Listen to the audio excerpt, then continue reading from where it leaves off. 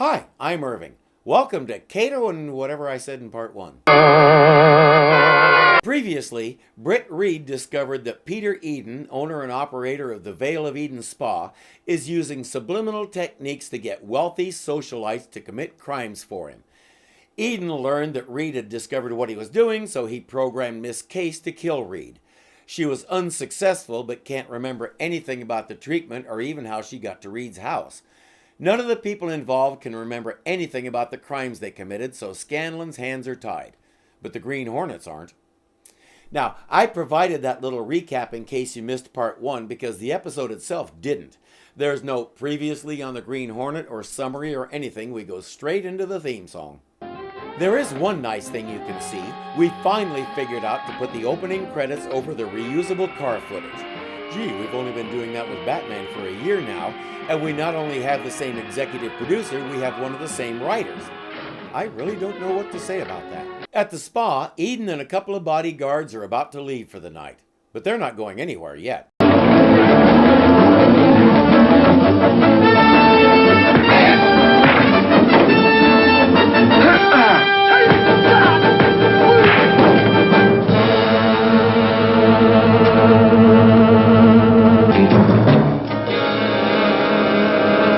After you've seen what he did to that henchman, when he goes, you go. What do you want? I want 50% of your take from Professor Wiley's subliminal motivation machine. 50%, that's a lot. It's exactly half. Yes, I know. Well, I need time to think it over. All right. You have 30 seconds. You, your car, your weapons, your equipment. You could contribute a good deal to a partnership. The next day, Vanessa Vane arrives at the spa very upset. She explains about Britt and the necklace and how absurd it was since Mr. Oliver didn't even report a necklace stolen. We have a special treatment, all prepared just for you. A special treatment? Yes. I can guarantee you, Miss Vane, that before this day is over, you won't have a care in the world. Can anybody guess what that means? What's the program? Fall off a building? Step in front of a bus? Or the old find a gun in her purse and shoot herself with it works too. Think this'll do the job? Dorothy, my dear, there's enough nitroglycerin in here to blow up the Green Hornet, his car, his chauffeur, and Miss Vane 20 times over. Oh, he's going with the old-fashioned brainwashing, the kind with high explosives. But how does he plan to get her into the Green Hornet's car? That's the easy part. He puts her in a taxi and sends her to the alley behind the bank where he knows the Green Hornet will be waiting. Peter Eden sent me. I have a message for you. May I get in? Please. In the Carness accomplished. He said to tell you, tonight's job is off. Is that all? Well, why did he send you? Well, I don't know. Oh, come on. He must have said something. He keeps quizzing and she gets more and more flustered because she can't come up with the answers. She starts trying to open her handbag for a handkerchief. Here, let me... No! Please not to let anyone handle that. Who said, Eden? Yes, no. No, I don't know with a voice. Ah, no!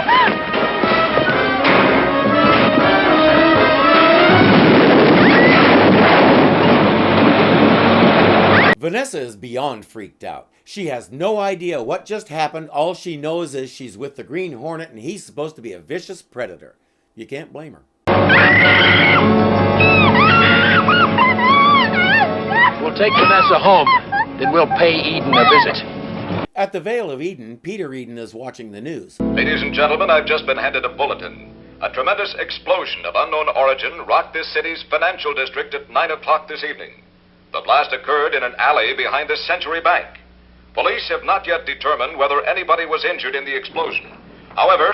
Big mistake, Eden. You always want to watch to the end because if you did, you might have learned that no vehicles were destroyed either. Which means... I just dropped by to dissolve our partnership, Eden.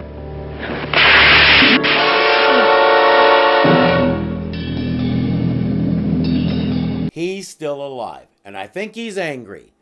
They put Eden in the room with Professor Wiley's machine and go to work. Well, how did it go tonight? How did what go tonight? The job tonight. Aren't the boys back yet? Not yet. Ah, well, it's a long way back from the racetrack. The racetrack? Yeah. What's the matter? You've forgotten we're knocking over the Riverview Harness track tonight. Oh, yes. Yes, we had forgotten. Sometimes the old-fashioned ways really are the best.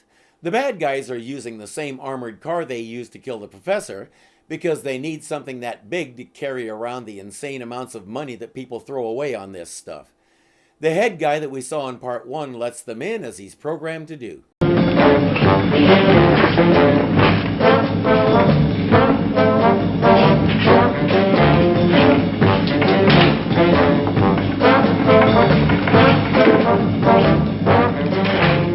You know, it's a great relief after the money's safely tucked away for the night. I feel you, dude. The Green Hornet arrives just as the armored car is getting ready to pull away. Kato manages to herd them onto the racetrack where they can't get out onto the open road. Right.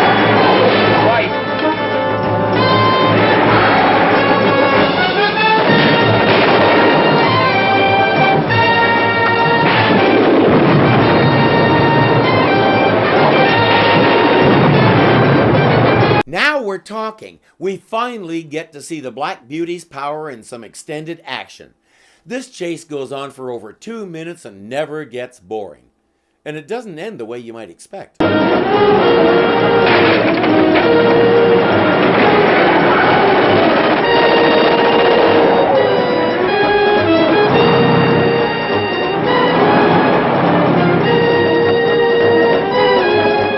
a dead end. Turn around. They gotta be around here someplace. There's a lot of places to hide a vehicle that size in a stable yard. The armored car circles around and gets ready to ram the Black Beauty.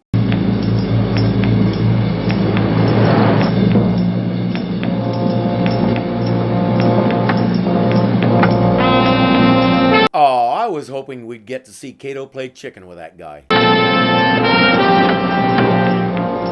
It's misfiring. Some of the circus must have shorted out. Keep pressing the button.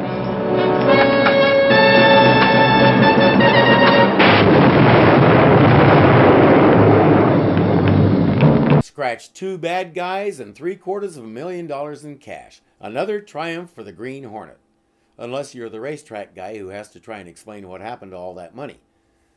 In the epilogue, Vanessa is getting a page 1 spread in the Sentinel. I rode with the Green Hornet by Vanessa Vane, as told the bike expert. This could win me a Pulitzer Prize. Oh, it's so thrilling. But I don't get it. You don't get what, Mike? Well, take this guy Eden, for example. When the police raided his health club and woke him up, the guy immediately fell on his knees and begged the cops to let him confess everything. I wonder why he did that. He even told them where they could find the Catherine necklace. He said that's what the Green Hornet said he should do. And the Green Hornet is his friend. The music told him so. Then, instead of holding Miss Vane, kidnapping her or something, the Green Hornet drove her home as polite as pie. Vanessa has a theory about that. That the Green Hornet is secretly on the side of law and order. The Green Hornet, the devil incarnate on the side of law and order. You must still be in a state of shock, Miss Vane. You're ruining Mike's conspiracy theories with your logic, Vanessa.